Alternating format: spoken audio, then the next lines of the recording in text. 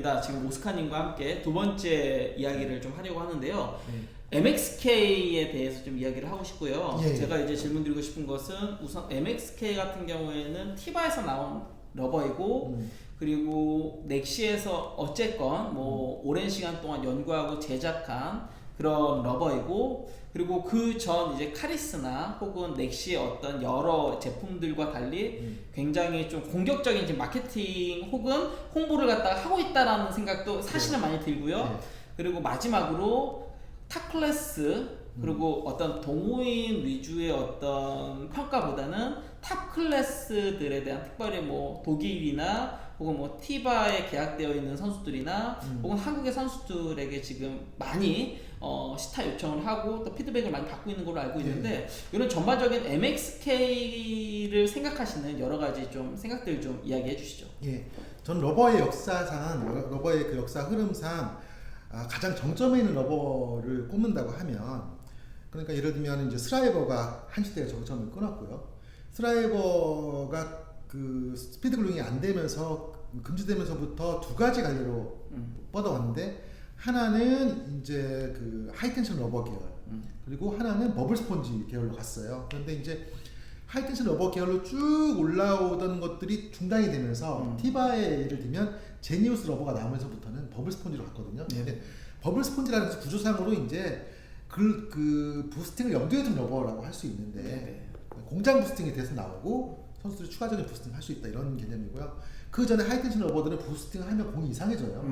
쓸 수가 없는 러버가 되는 거고.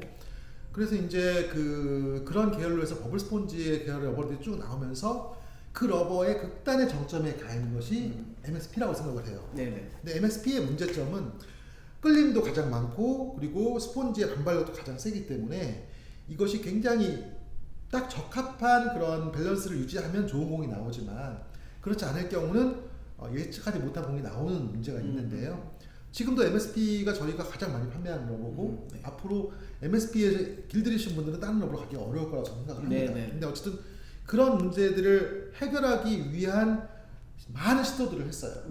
특히 독일 ESM 공장에서. 그런데 그 시도들이 어떻게 보면은 MSP의 다운그레이드 버전에 가까워졌죠. 예, 그래서 왜냐면은 그런 문제들이 일어나는 이유는 극단적인 끌림, 극단적인 반발력이기 때문에 반발력을 줄이거나 끌림을 줄일 수밖에 없는 거예요. 그래서 그런 문제들을 해결하기 위해서 애를 쓰다가 어떻게 보면은 5년의 시간을 거쳐서 나온 해결책이 MSP 50이 아닌가 생각을 해요. 그런데 이제 MSP 50은 그런 화학적인 변화를 통해서 러버의 그 레시피를 바꿈으로써 문제를 해결한 것이고요. 저는 MSP가 나온 이후로부터 MSP가 나온 이후로부터 이 러버를 능가할 수 있는 러버가 무엇이냐는 고민을 시작을 했고 그 첫 번째 내가 카리스였어요. 하지만 이제 카리스 러버는 독일 공장이 아니다 보니까 공장의 그 화학적인 레시피 자체가 부족함이 있어서 MSP를 능가할 수 있는 러버라고 보기는 어려웠고요. 그래서 그거에 대한 욕심을 가지고 MSP의 발전형 러버가 뭐냐, 차세대 러버가 뭐냐 라는 것을 제가 혼자 나름 연구해서 제안한 것이 이제 MSK 러버였고요. 우여곡절이 많았죠. 근데 어쨌든 현재는 나와 있는데 이 러버를 만드는 과정에서는 주로 선수들과 테스트를 많이 했어요. 독일에서 이제 그 티바에 후원하는 선수들이라든지 그 다음에 제가 개인적으로 친분이 있는 토마스 코치라든지 이 토마스 코치 같은 경우는 저하고 이제 한 10년 넘게 2008년도부터 저랑 이제 알아온 친구인데 이분이 안드로 러버를 또 테스트를 해요. 그러다 보니까 저희 거를 테스트를 할 때 안드로 러버와의 비교 그 데이터 같은 거, 뭐 숫자적인 데이터는 아니지만 선수들과 같이 이렇게 하면서 저한테 줄 수 있었기 때문에 지금은 그래서 이제 MSK 러버에 대해서는 그냥 추상적으로 가는 게 아니고 오랜 적어도 1년 넘는 시타 과정을 통해서 겪어온 모든 데이터들을 가지고 확신을 한 상태에서 마케팅을 하고 있죠. 최근에 이제 그 쿠바 선수가 세계 랭킹 150위 정도 되는 선수가 이 러버로 교체를 하고요. 실제 시합을 뛰었어요. 그리고 이제 세계 랭킹 52위 선수를 이겼다고 해요. 이 러버를 써서. 그러니까 실제로 해외에서도 검증이 되고 있고 그리고 이제 조금 있다가 주세혁 선수 오면 같이 인터뷰를 하고 싶은데 주세혁 선수 써보고 굉장히 좋은 러버다. 주세혁 선수 몇 도? 52.5도. 52.5도 지금 써보고 그래서 주지원 선수가 지금 오늘 찾아온 이유는 네. 선수들한테 써보라고 좀 권하고 싶어서 네네. 그래서 러버를 좀 저한테 달라고 지금 오는 거거든요. 네. 근데 어떻게 될지 모르겠어요. 이 러버를 선수 지향으로 만든 건 확실해요. 네네. 그런데 선수들이 어떻게 쓸 것인지, 왜냐면은 뭐 러버 선택은 선수들이 좋은 러버가 있어도요. 어릴 때부터 평생 써왔던 러버에서 쉽게 잘 못 맞아요. 예, 맞아요. 그런 부분이 있기 때문에, 그래서 지금 어떻게 보면 MSK를 뭐 카데트라든지 주니어 선수부터 시작해서 다시 키워야 되는 것이 맞는 네네. 건데, 그럼에도 불구하고 주지원 선수가 어느 정도 확신이 있어가지고 네네. 보내보고 싶다. 네네. 이렇게 해서 오늘 찾아온 거거든요. 그래서 한번 이 미래 시장에서 어떻게 될지 모르겠지만 저는 MSK에 대해서는 향후 러버 시장에 다시 비슷한 러버가 없을 것이고, 네네. 이 러버가 10년 이상 이 탁구계에 있어서는 독보적인 자리를 차지하게 될 것이다. 특히 선수들의 시장에서는 숏게임 붙어서 강하게 거는 그 대상 플레이, 네. 그리고 회전량이나 변화로 승부하고 싶을 때 중국 러버에 마땅한 대안이 없는데, 네네네.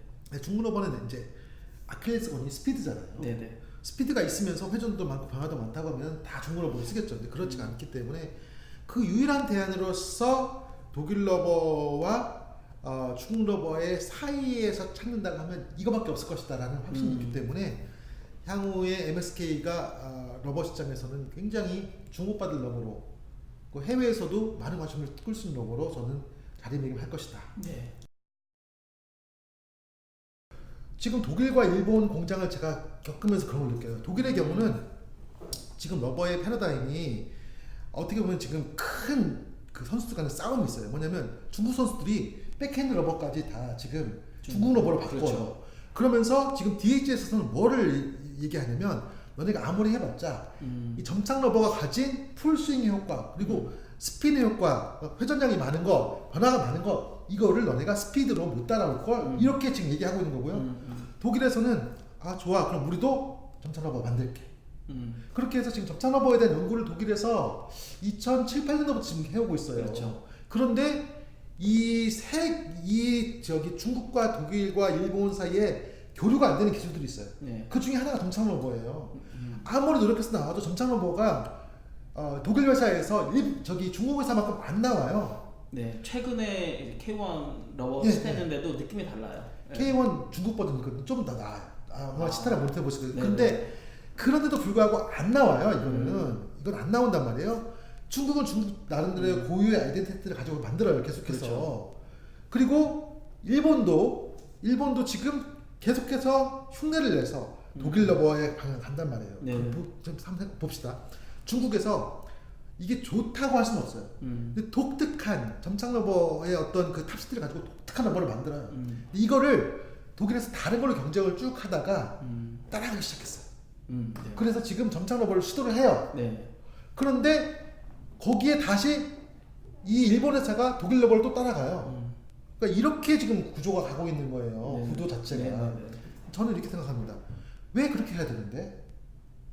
왜 굳이 독일에서 중국 러버 같은 걸 만들어야 되는데? 네. 그래서 저는 어떤 걸 생각하냐면, 그럼 물리적인 구조를 바꿔서 시장에서 원하는 효과를 내면 되잖아. 이해되십니까? 네. 그래서 저는 시장에서 원하는 것을 제가 구현하길 바라지, 제가 이런 것도 이게 변명인 것 같기도 해요. 왜냐면 제가 만약에 러버 개발자면은 레시피를 바꿔가지고 화학적인 것을 바꿔서 뭔가 할 수 있는 사람이면 저도 어쩌면 뭐 독일 러버에다가 중국식 탑시트를 만들고 할 수도 있을지 모르겠지만, 저는 그걸 한 사람이 아니기 때문에 저는 물리적인 구조를 바꿔서 소비자들이 원하는, 시장에서 원하는 러버를 만들면 되지 않을까. 그게 바로 카리스였고 그리고 MSK인 거예요. 바꿔서 얘기하면 지금 이 방향으로 흐름이 계속 가다 보면 물론 각 러버마다 시장에 고유한 포지션이 있죠. 지금 근데 이제 그 독일 러버의 그 애호층들은, 특히 유럽 사람들의 경우는 중국 러버 못 쓸 거예요. 전혀 못 쓸 거예요. 근데 탑 클래스 선수들이 만약에 여기서 이렇게 따라하고 있는데 비슷한 게 안 나오면 여기는 영원히 못 바꿀 거예요. 여기는 영원히 유럽 러버를 쓰지 않을 거예요. 이 중국 선수들과 또 일부의 탑 클래스 선수들은 이 DHS 러버 외에 다른 대안을 전혀 생각하지 않을 거예요. 네. 그리고 그렇다고 해서 여기서 더 그러면은, 그러니까 저는 그런 질문이 있는 거예요. 왜 독일 러버에서는 독일 러버의 장점을 가지고 더 좋은 걸 만들려고 하지? 왜 이렇게 따라하려고 할까?